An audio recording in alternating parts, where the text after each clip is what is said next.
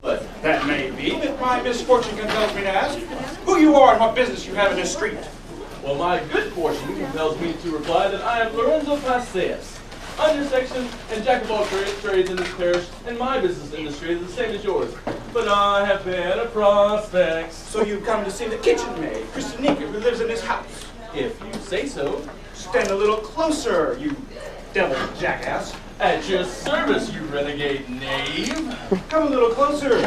Me and you, what a crew. Knave and Jack, what a pack. Throwing a king will have a full house. Told you to stand a little closer, Paseas, my friend, so that I could run you through with my sword. Don't you know that Christianica is mine? And don't you know that I've already paid on that piece of baggage? And what's more, my price is right. God's blood, I'll run you through and through. I'll fill your head full of holes. Never mind my head. Put through the holes in your own breeches. Have you even spoken to Christianica? Speak to her whenever I wish. What gifts have you given her? Heaps of them. Oh, how many? Tell me what they were. I once gave her a quince jelly-filled box filled with wafers left over from the mess. To these, I added 4 candle stubs. Wider than ermine, there were 2. What else have you given her? Only a letter, promising to serve her in 1,000 different ways. And how has she answered you? I have reason to believe that she will soon become my wife. So you haven't yet taken your vow of celibacy? Far from it. I may be a little thin on top, but I can marry whenever and whomever I wish. You'll see soon enough. Just a minute, you hairless wretch. Tell me this. If the wench truly welcomes your attentions, which I sorely doubt, considering how paltry your gifts are, how do you think she'll repay my generosity? Only the other day I sent her a letter professing my love, written on the back of a petition to His Majesty, no less, detailing my greatest services and present needs. As a soldier, I'm not afraid to admit that I'm poor. And that petition was approved and passed on to the royal almsgiver for prompt attention. So you see, I didn't give a thought to the value of that piece of paper. Instead, with a nonchalance and a generosity that astound even me, I scribbled my note on the back of it. And that done, my solid heart can better rest, for in her sainted hand the note's possessed. What else have you given? Only my sighs, sulks, sobs, palpitations, and weak knees. The whole bag of tricks that lovers use to profess their passions. Have you serenaded her? Only with the music of my sighs. Well, I've shaken the town sleepless with an insistent ringing of bells. I do it from the bell tower for her, to let her know that I am at her service. Well, how has she answered you? Like I said, I originally believed that she would soon become my wife. Well, there you have me at a disadvantage, for I have nothing of value to jangle.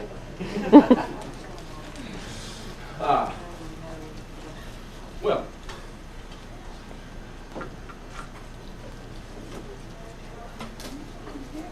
But she too, I tell you, she refuses to see me. She refuses to see me, and she won't even speak to me. She curses at me when she passes in the street. She dumps a slop on my head whenever she finishes the wash or mopping the floors. And this happens daily since I spend all my time outside her door. I am Sir Vigilant. I am her watchdog. She is my manger. And if I cannot blind her, then no one else shall. So, Jack of all trades, begone. For it is only respect for your holy calling that has kept me from tearing you to shreds. Never mind me. Mind those shreds of yours. Oh, a monk is more than a habit he wears. A soldier who's lost everything in war is like a student whose ragged cloak proclaims him a veteran at his studies. Now be gone, or I'll be good as my word. It's easy to threaten when one is unarmed. Just wait here and we'll see who calls the tune. Should I be afraid of a man whose name suggests a shriveled prune? We'll see what we shall see. Oh, women, what fickle, capricious creatures. Christianica, how can you ignore this paragon of the military profession and settle for that jackass of an undersexton? Why, if you wanted, you could have a full-fledged sexton, or even a cannon. I'll do my best to spoil your pleasure. I'll stand guard outside your door and scare all your suitors away. I'll live up to the name, Sir Vigilant. For the love of God, alms to keep the lamp burning on St. Lucy's shrine, so she'll protect your eyes from harm. Is anyone at home? Can you spare a coin? Come here, my sainted young friend. What do you want in this? Alms for St. Lucy's lamp, sir. For the lamp or for oil to go in it? Your meaning is not clear. Everyone knows it's for oil to go in the lamp. Do they usually give you something in his house? 2 farthings a day. Oh, well, who usually gives it to you? Whoever's around, usually the little kitchen maid, Kristanika. She's a jewel. Oh, so the kitchen maid is a jewel, is she? A real pearl. Ah, so she does not displease you then. I'd be a block of wood if she did. What is your name? I can't keep calling you my sainted young friend. My name's Andrew, sir. Well, Master Andrew, listen to what I have to say. I'm going to give you, 8 farthings. And bear in mind that is 4 days advance of what you usually get from Kristanika. And God speed you. But bear in mind that if you come back to this house in the next 4 days, I will take my boot to your behind. Oh, don't you worry, sir. I'll be gone and I'll not be back this month. On guard, Sir Vigilant. There's no risk for you. Come by, come by. I have ribbons for your hair, fine French cloth, and the best Flemish lace. Manuel, it's good to see you. Have you brought us some trimmings for our shirts? Yes, I have, of the best quality. Come in then. My mistress is waiting for them. Ah, my ill-fated lodestar, you deserve any destruction. Mr. Hair Ribbon Man, or whatever your name is. Do you know the young lady who called you from the window? Well, yes, I do, sir. What's it to you? Does she not have a fair face and a graceful manner? I should think that will go without saying. It also goes without saying that you will not be entering that house today. Oh, but if you do, so help me God, I will break every bone in your body. So you're saying I can't enter that house even though they're willing to buy my wares? Not another word! Be gone, or I'll be good as my word. Take it easy, Mr. Soldier. I'm going. It's not fair. Manuel, where are you? Manuel has left, my lady of the trimmings. Dear Lord, what a tiresome group. What are you doing at our door? Oh, my son has faded behind the clouds and left the earth in darkest shrouds. Pardon me, sir. What business have you in this street? I'm looking for a certain kitchen maid who lives here. I brought the slippers she's ordered. So your honor is a shoemaker then? I fitted her many times. Have you come to fit her today? There's no need. I only do that when she's ordered a pair of boots. These slippers, are they paid for? Not yet. I expect she will today. Well, do me a great favor. Let me trust me with these slippers, and I'll give you something of equal value as a security. Just until day after tomorrow, when I'll have plenty of money to buy them off of you. Well, I'm willing to do as you ask, my soldier friend, but you have to show me what you're going to give me as security. I'm a cleanless craftsman. I don't trust anybody. I'm giving you a toothpick that I value greatly. In fact, I wouldn't sell it to you for any money. Just tell me how I would find your shop when I come to redeem it for you. I have one of the stalls down on High Street. My name is Jack Straw. Well, Mr. Straw, take this toothpick. And mind you, treat it with respect. For there is nothing that needs warning. Wow, this is just a normal toothpick. How can you expect me to treat it with respect, sir? Oh, God, strike me now. I just give it to you as a reminder to myself. So that when I find that it is not in my pocket, I will remember that I have to redeem it from you. I give you my word as a soldier. There's no other reason that I would give it to you. And if that will not serve to settle your mind, perhaps you can take this sash and this document too. After all, an honest man is not afraid to make pledges. I tell you, you keep your precious possessions, and I'll keep my slippers. That's what suits me best. Well, what size are your slippers? Small enough. They're not small enough for my purse. My beloved slippers. I cannot raise 6 farthings to pay for you. Come here, sir. I wish to improvise a poem for you on the subject of my beloved slippers. Your honor's a poet. A famous one, as you shall soon hear. Just listen to this. My beloved slippers. Love is such a jealous brute, treating my size with lordly scorn, and with this suitor for her foot, kills my hopes so newly born, and to my claim gives the boot. These are your exploits, slippery pair, turning my dream to emptiest air. But since to Kristanika I know you belong, I cannot refrain from addressing the song to my beloved.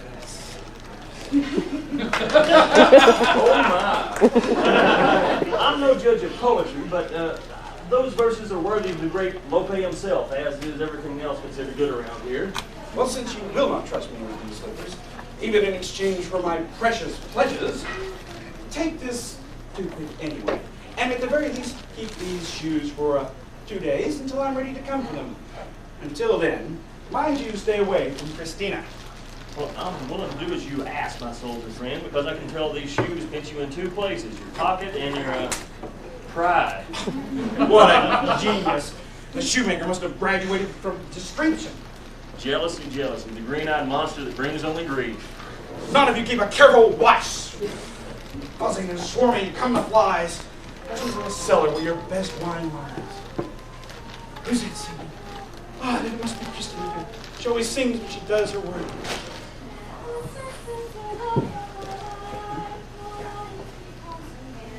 No, wait.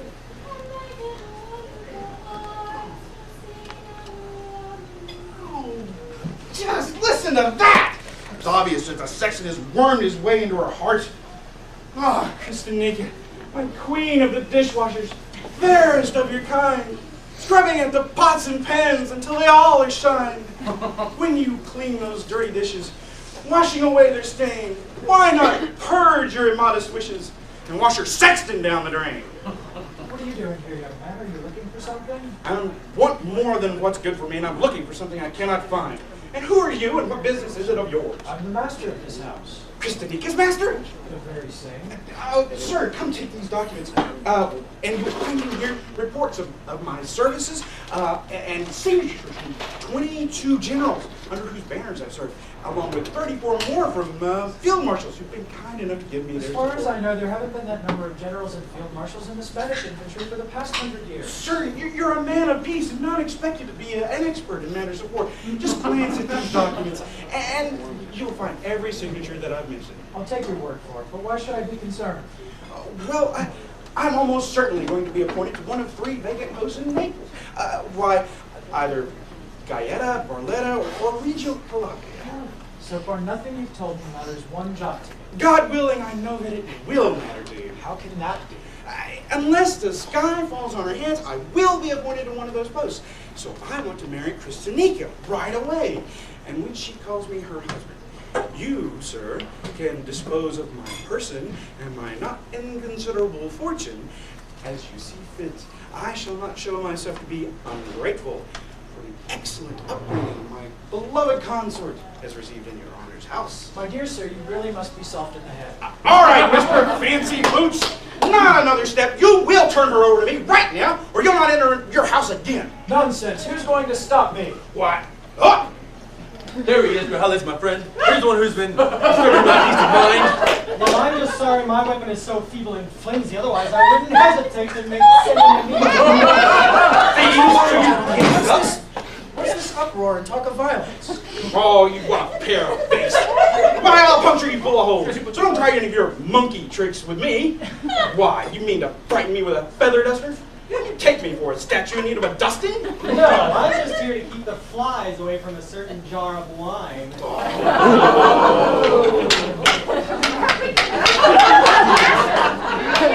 a moment, gentlemen. Stop this at once. Serve him! You're quite right, my dear. May St. Ursula and her virgins be his shield. Come, girl, let's go. See what we can do for him. Oh, stay back with that stinking duster. Hold up, little lid bearer. Why, don't drive me into a rage. Or I'll kill you, I'll gobble you up, and I'll spew you out the far side of hell. Stop this at once, or I'll literally lose my temper, and somebody will be sorry. I'm putting my sword away out of respect for you and the holy image you hold in your house. You can make that image to work miracles. It won't save you this time. What impudence! I've faced some of the worst cannon fire imaginable and never turned a hair. Husband, blood of my life, you're not hurt by any misfortune, are you? Woe is me. I might have known my sexton and my soldier at the bottom of this business. Ah, she treats me as a sexton now. She calls me her soldier, too. I'm not hurt in the least, madam, but you should know that Christinica is the cause for this squabble. How can Christinica be the cause? It appears these 2 mighty rivals are rivals for her favor. Is this true, girl? Yes, madam. Just listen to the shameless creature. Has either one of them abused you? Yes, madam. Which one? The sex abused me on the way to the slaughterhouse. I told you, sir. We cannot let her out of the house. She's a big girl now. She shouldn't be out of our sight. Father gave her to us so fresh and unspoiled. Where did he take you, slut, when he abused you? Well, it was nowhere in particular. It was in the middle of the street.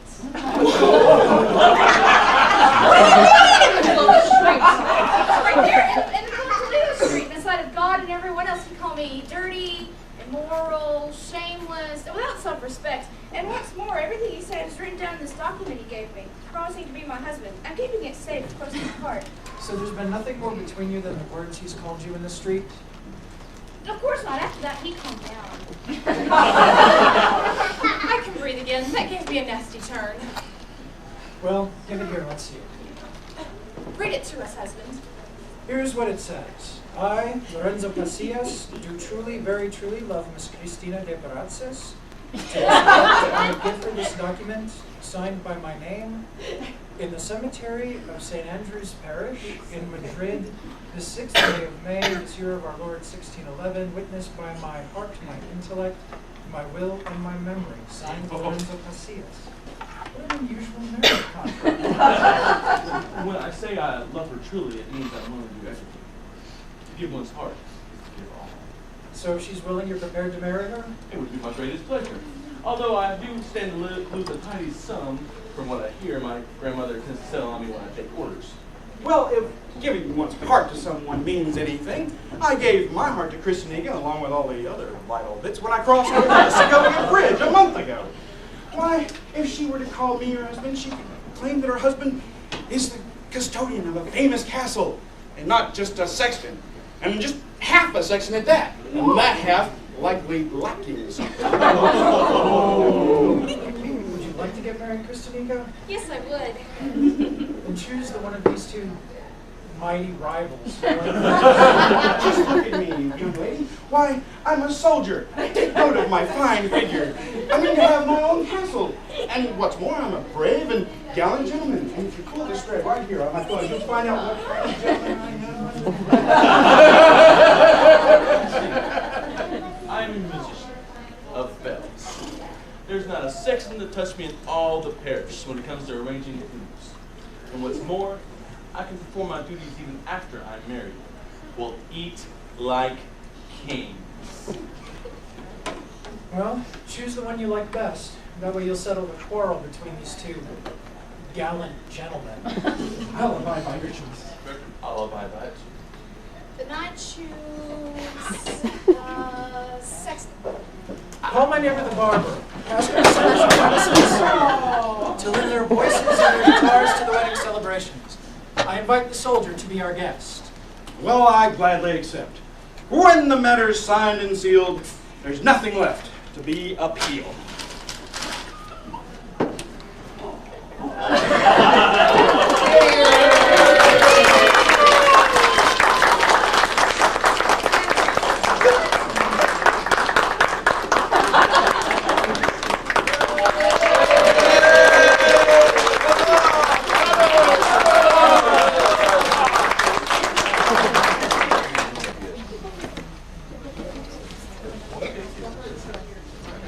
Good afternoon, my lords and ladies. This afternoon we're going to complete the series of short plays, interludes actually, that we started at noon today. The last two, as you can see in your program, is The Magic Cave of Salamanca and The Wonder Show. Now, Cervantes was a very interesting author and playwright. Of course, he is the best known for his famous two-part novel, Don Quixote, but he was also actually very well known as a sort of a critique of modern sociology and mankind's foibles and shortcomings, and he brings these out in his interludes. Now, interludes actually, as you can see in the back of your program, were short plays that were performed during the intermission of a longer play, usually a more serious show, and the interlude was kind of a comic relief that appeared in the very center of the play. So, with no further ado, we'd like to present for you The Magic Cave of Salamanca. Dry your tears, woman, and cease your sighing. After all, 4 days is not a lifetime, and God willing, I'll only be gone for 5 days at the very most. Still, if it will put your mind at rest, Perhaps I should break my promise and forget this journey. My sister can get married without me. Oh, no, Pancrazio, my lord and master, you must not give offense on my account. Go and do what is clearly your duty. Only promise to return as soon as possible, and not a day later. Let me lean on you, Christina. My heart fails me. Such a fuss about getting married. To put it clearly, master, if I were you, I wouldn't stir from home. Go into the house, girl, and fetch some water to splash in her face. But I know some magic words that whisper in her ear. They're bound to revive her. Enough! It cannot be helped. We must resign ourselves, my love. The longer you delay here, the longer you deprive me of the pleasure of your return. Your friend Lenizo must be waiting for you at the carriage. May God go with you and bring you back to me quickly and without harm. If my love wants me to stay, I shall not leave your side. Oh no, joy of my life. Now you really must go, for what touches your honor touches mine as well. What an exemplary couple. If every wife loved her husband as much as my mistress Leonardo loves hers, then life would be very different. Go and bring me my cloak, Christina, so that I may to see your master at the carriage. No, my love, for my sake, you must not. You must embrace me now. You must stay here. Christina, take good care of your mistress, and when I return, you shall have a new pair of shoes. Be off, sir, and take no concern for your mistress. I mean to distract her so that she'll not dwell on your absence. Not dwell on his absence? What are you thinking, girl? When you are from me, there's no joy or delight. Sorrow and sadness are mine day and night. I can bear it no longer. Farewell, light of my eyes. I shall gaze on nothing else with pleasure until I return to your presence. A pox on you. Be gone and good riddance. Now your swaggering and your suspicions will get you nowhere. I was terrified your protestations would delay his departure and our pleasure. The guests we invited, are they coming tonight? But of course, I've already sent them word. They're so excited that this afternoon they sent around a hamper to Wanders who's in on our secret. Except that instead of linens, it was filled with good things to eat, just like the treats the king hands out to the poor on Maundy Thursday. Except this is more like Easter dumplings. Chicken and pies and cold cuts, as well as 2 capons not yet plucked and all manner of fruit. Best of all, this is gallon of excellent wine. It really tickles your nose. He's so thoughtful, my Rapunzel, my own sexton, who warms the cockles of my heart. And what about Master Nichols, the family barber, who thrills me through and through? Every time I see him, he shears away my cares as if they'd never existed. Did you put the basket in a safe place? Oh, I put it in the kitchen underneath the cloth. Christina, see who that is at the door. I'm just a poor student, ladies. I can tell by your clothes that you're a student, by your manner that you're poor. It's a strange thing. The point never wait at the door for alms. They just walk right in and march all over the house. They'll even wake up the household. I expected a kinder reply from ladies such as yourself. After all, I'm not here asking for alms. I'm just looking for a place I can shelter the night from the foul weather. Where are you from, my friend? I'm a Salamantine. That's to say, I'm from Salamanca. I was on the road with my uncle on a pilgrimage to Rome when he took ill and died, and I decided to return home. In Camelody, I was robbed by some servants or hitchmen in the manic Rogue Gennard. Though if Rogue himself had been there, he'd have never let them pardon me. He's so polite and courteous, not to mention charitable. Well, as I was passing through here, nightfall overtook me, and I come upon your hospitable doors, as I take them to be, and I throw myself on your mercy. Indeed, Christina. He already moves me to pity. He breaks my heart. Let's just keep him here for tonight, for we have enough food to feed a king's army. What's more, he can help me pluck those birds. But, Christina, do we really want to witness to our peccadillos? This one looks as though he can keep his mouth shut. Tell me, friend, what do you know about plucking? What do I know about plucking? I'm afraid I don't know what you mean, good madam, unless you refer to my purse, in which case I admit no man is more plucked than I am. That's not what I meant at all. I simply wanted to know if you're capable of plucking a couple of capons. Well, ladies, I have a bachelor's degree from Salamanca. In that case, no doubt you're capable of plucking not only capons, but all manner of birds. Are you able to keep a secret, or are you perhaps given to revealing everything you see, feel, or imagine? I could be a witness to a massacre and never open my mouth. Well, then, seal up your tongue, sharpen your appetite, and come inside. You'll see something magnificent and have a wonderful dinner. Then you can have your pick of places to sleep. In the hayloft, that is. Well, that'll suit me to perfection, for I'm neither greedy nor hard to please. At last, the celestial drivers who guide the chariots of our desires, the light of our darkness, the obliging foundations and pillars of our palace of pleasure. It's the only thing that irks me about him, Rapunzel, my love. You must use plainer language so that I can understand you. Don't go to such dizzying heights where I cannot follow. It's a good thing that my speech is as plain as the nose on my face. I call a spade a shovel, and a shovel a spade, if you take my meaning. Well, there must be some difference between a sexton who knows his Latin and a barber who was raised in the vulgar tongue. For my purposes, the barber knows as much Latin as the famous grammarian Antonio Nebrija. Perhaps even more. Now, let's go. We have plenty of work to do. And plenty of plucking. Who is that fellow? Just a poor student who begged us for shelter for the night. Well, that's fine. I'll give him a couple of coins for his dinner and his lodging, and God go with him. Oh, Master Cervantes, I'm grateful for your kind charity, but I must stay here tonight, for I'm to do the plucking to satisfy this good lady who asks me, and I swear by that I shan't leave here tonight, no matter who asks me. You have no choice but to trust a man of my quality who's willing to sleep in the hayloft. And if you're afraid for your capons, may the devil pluck them and you choke on them after you've eaten them. Why, this man's not only poor, he's a scoundrel as well. I bet he'll steal everything in the house, lock, stock, and barrel. Upon my life, what fine sport this is. Now, let's all go inside, for we've plenty of work to do. And the student can pluck and keep his mouth shut as if he were at mass. Or better still, it's vespers. I don't trust this poor student. I swear he knows more Latin than I do. That must be why he has such sharp wits. But don't be ashamed of a charitable act, my friend. As the Bible says, charity never faileth.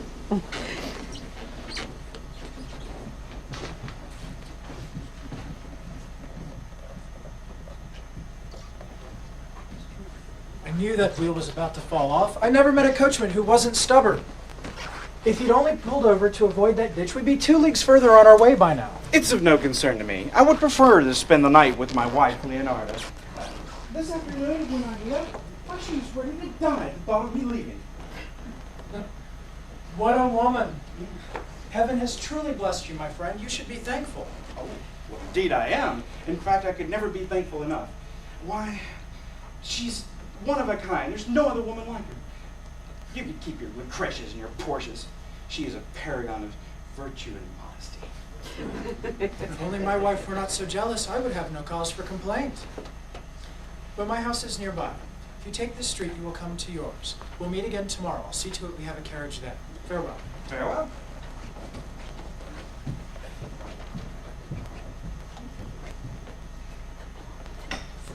Fair is the night, fair the occasion, fair is the dinner, and fair is my love. Master Pons, this is no time for dancing. First we'll see to dinner, and then other business. The dancing can wait till afterwards. Christina, do let him be. I do love to see his capers. Fair is my love. Oh, in there! Are you all asleep? It's my husband! Someone's having to bring him home! Gentlemen, you guys go! Charcoal House, Christina! Oh, the landman wants you to see you time to hide them! Palace the night, sour the occasion, the dinner church patron and love runs away. What is the hour of your bring the door down! My arms and my mouth, and my elbow heels. Open up, you sleepy heads. What's going on in there? This is where I make myself scarce. Hide me in the hayloft. Do not take my chances with these gentlemen. If I found there, I'll be taken for a beggar, not an adulterer. Who's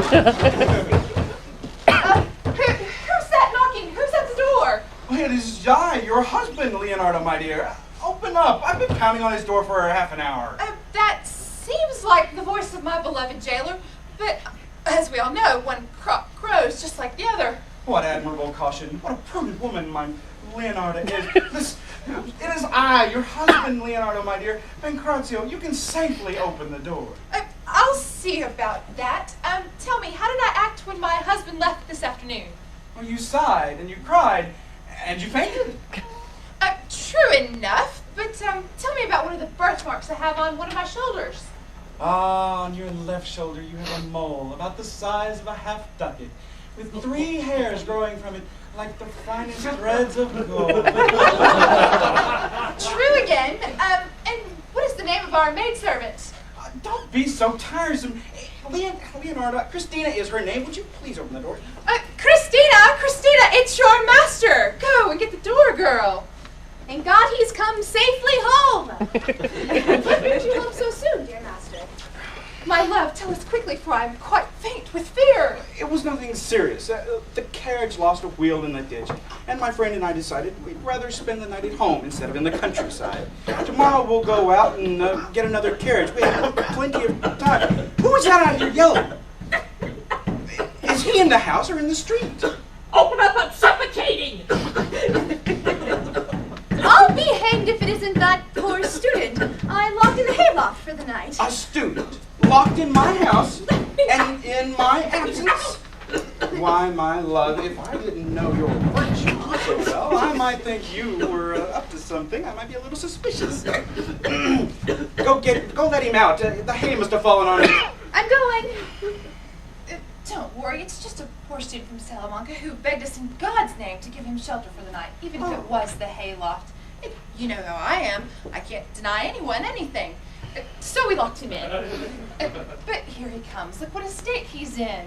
If I were not so afraid and had less of a conscience, I could have spared myself the risk of suffocating. I could have dined better and had a softer bed, too. My friend, who would have given you a better dinner and a softer bed? Who? My art, of course, if only my hands were not tied by my fear of the law. Well, yours must be a dangerous heart if you're afraid of the law. It's only respect for the Holy Inquisition that keeps me from practicing the art I learned in the cave of Salamanca, the city where I was born. But I may use it just this once, considering the scrape I'm in. But I don't know if these two ladies will be as discreet as I have been.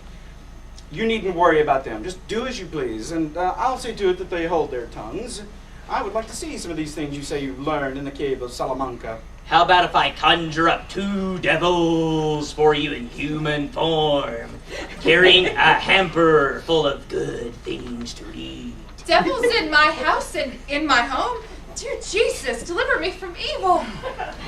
The student is Satan himself. Let us pray that some good will come of all this ill wind. If it can be done without any danger to us and without any alarm, well, then I, for one, would like to see these devils in their hamper.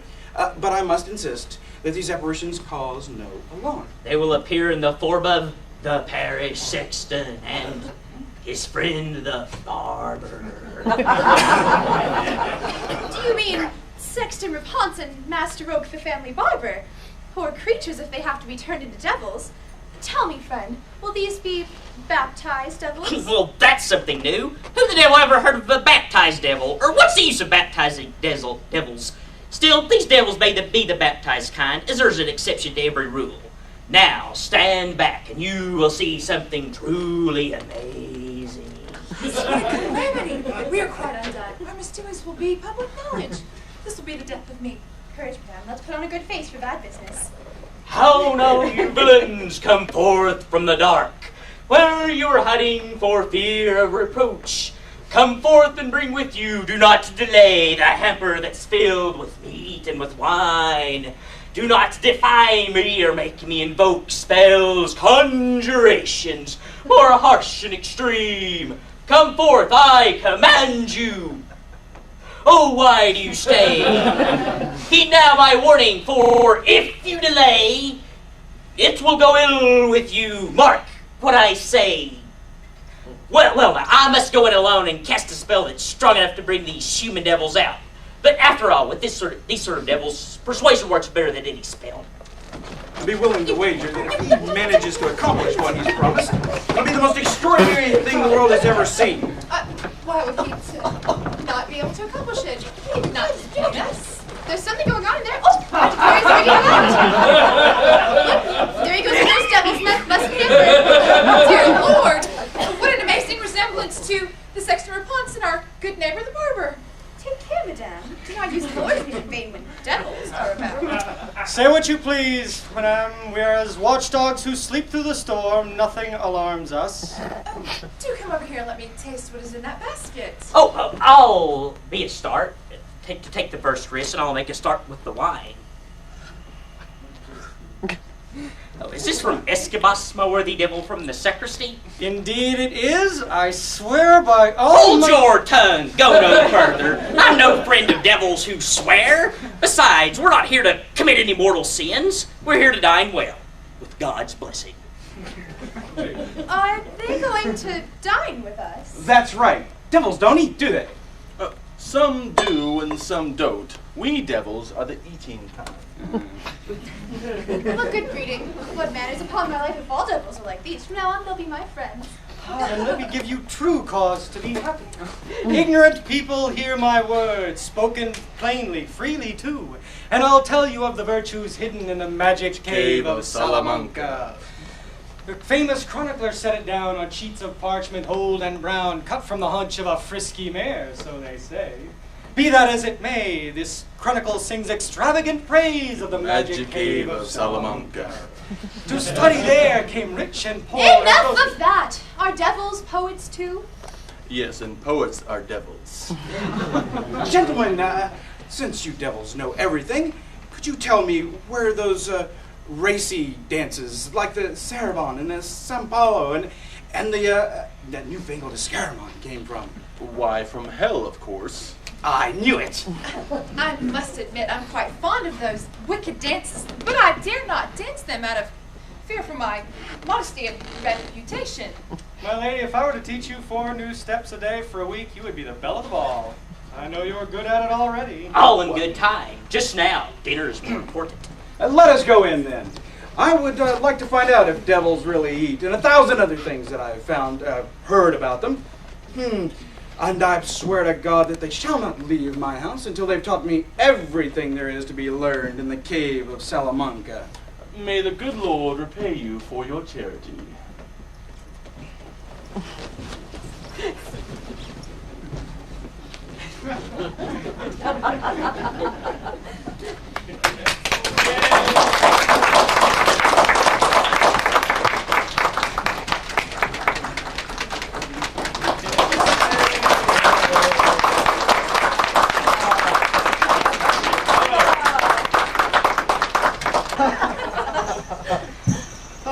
Trifles. Now don't forget the instructions I gave you, especially what I told you about this new trick. It should be as popular as the one we did with the Rainmaker, drenching the audience. Oh, Great, John Spalla. It's stuck in my head like print in a press. I have a good brain and a good memory, and when they're coming along with the will to please you, they'll beat anything I've got.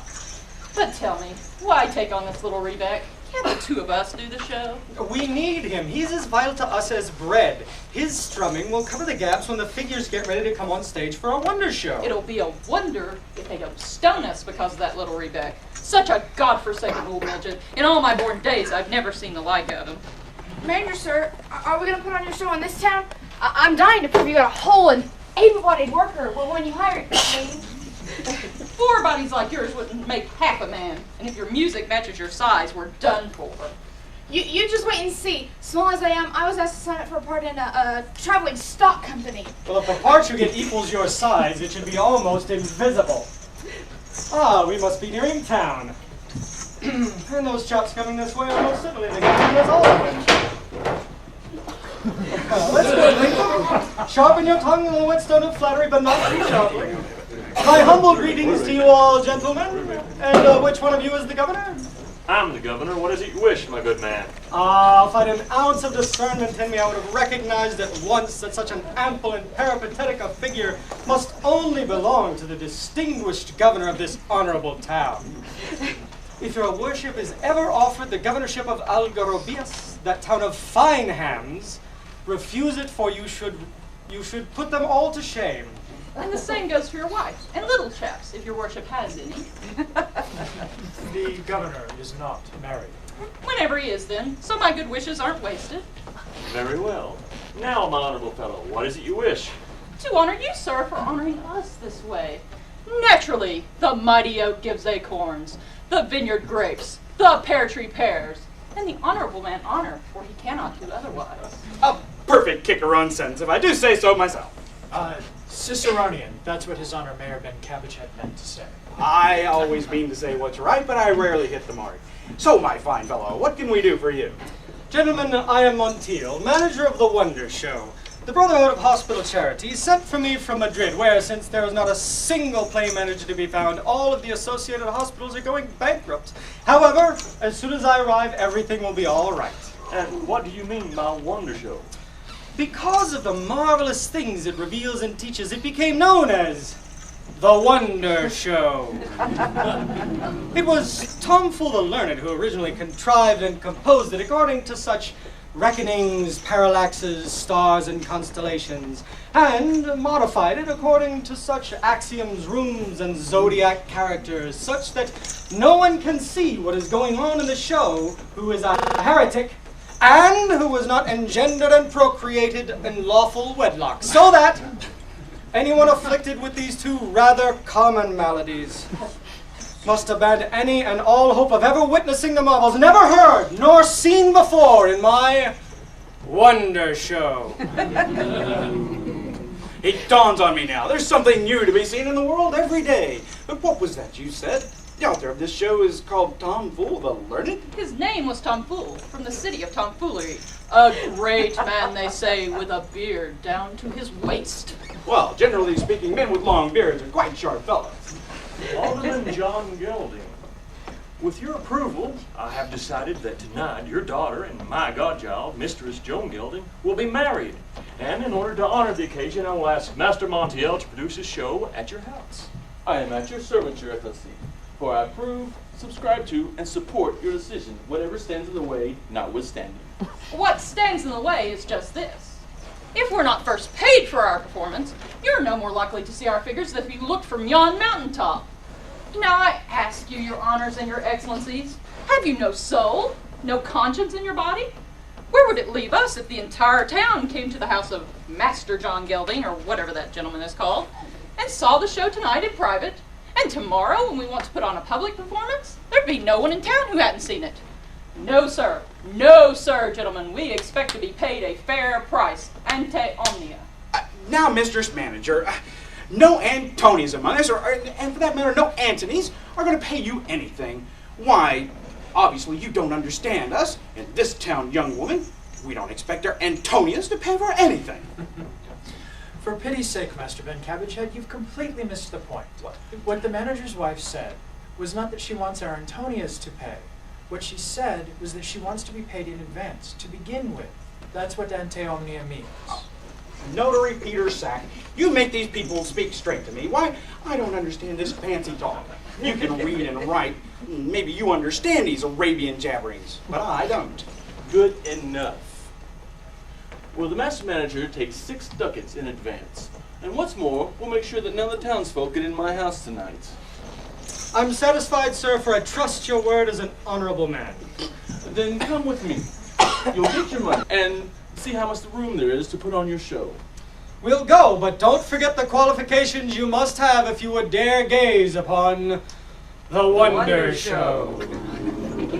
Well, you needn't worry about me. As far as I'm concerned, I have no reason to be afraid. Why, I've got 4 solid trunks of old Christian stock supporting my family tree on all 4 sides. I don't have any reason to worry about seeing that show.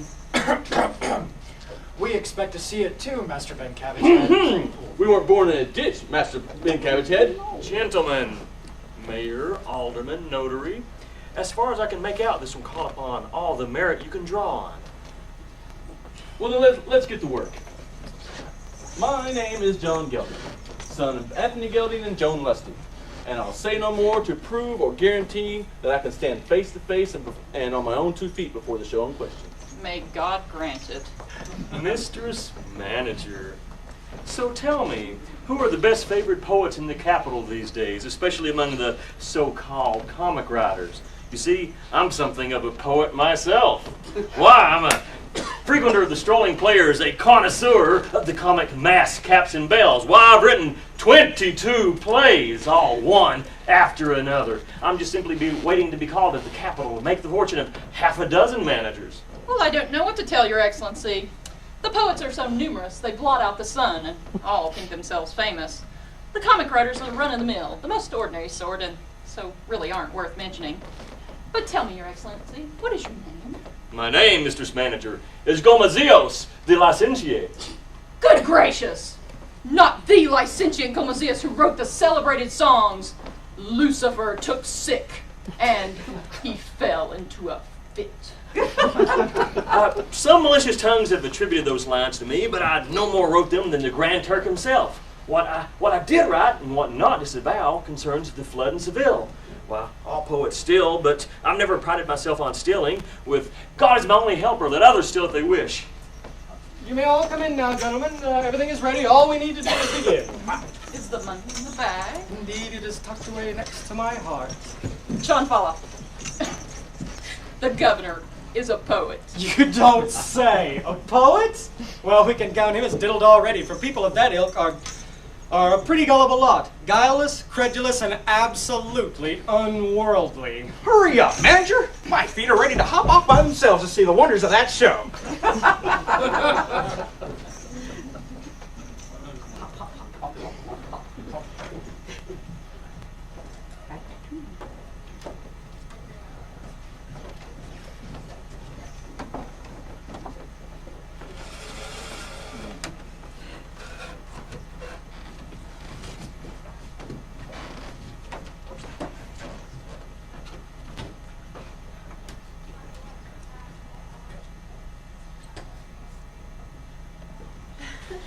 Oh, sit here, Teresa Cabbage-Head, my dear, so we can be in front of the show.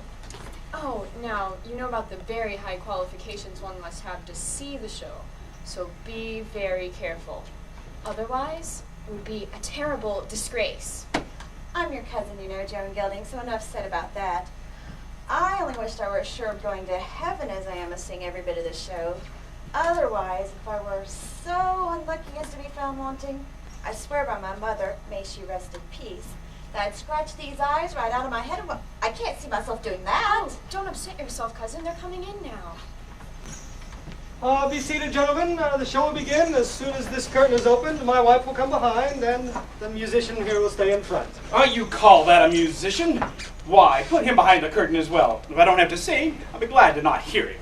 Mr. Mayor, you are wrong to condemn the musician, for he is a very fine Christian and a well-bred Hidalgo besides. Quality's so essential in a first-rate musician. Why, well-bred possibly. Well-tuned? Never. Serves me right for coming here to play here before you. Oh, why, we've had musicians Stop just right there. With Rebex before and the mayor's just as, or this will never end. Master Montiel, you may begin. Seems to me that the master has brought very little stuff for such a grand show. That must be all part of the mystery. Your attention, ladies and gentlemen, the show is about to begin. O thou, whomsoever thou wert, who wrought this show with such wondrous skill that it gained renown as the famous Wonder Show. By virtue of what it now contains, I conjure, command, and compel thee this instant to reveal some of thy wondrous marvels for this audience's pleasure and delight, yet without creating the least scandal whatever.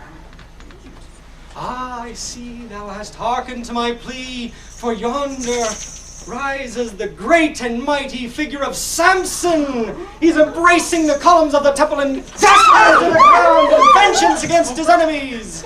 Oh, but hold, most worthy knight, hold by the grace of Almighty God, lest thou committest the offense of crippling and flattening into pancakes this noble gentlefolk assembled here. Stop, for pity's sake! Oh, what good that would be for us to come here for a bit of fun, just to be flattened, into dust. Oh, please, Sir Samson, stop! Oh, damn my sins! I always meant to be good. Did you see him? Of course I do. Don't you think I do not have eyes? There's something mysterious going on here. I no more see this Samson than the Grand Turk himself. Although I take it I was born legitimate and a true Christian. Man, look out! Here comes the same bull that recently killed a worker in Salamanca!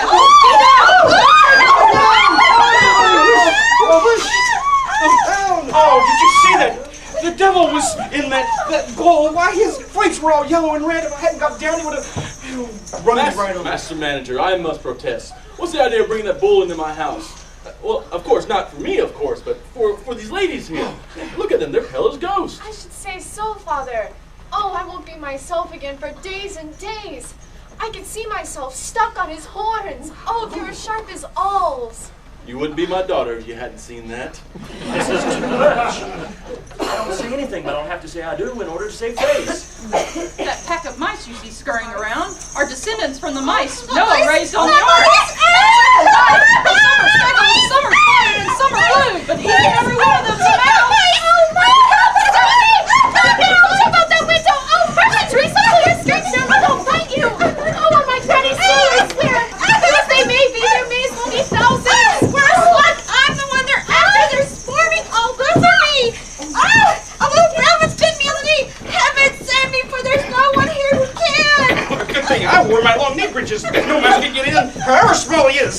Ah, that shower gushing down so fast now from the clouds comes from the very spring that flowed into the river Jordan.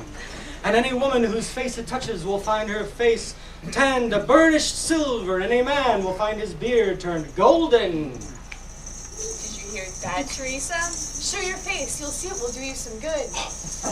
Oh, how sweet the slipper is.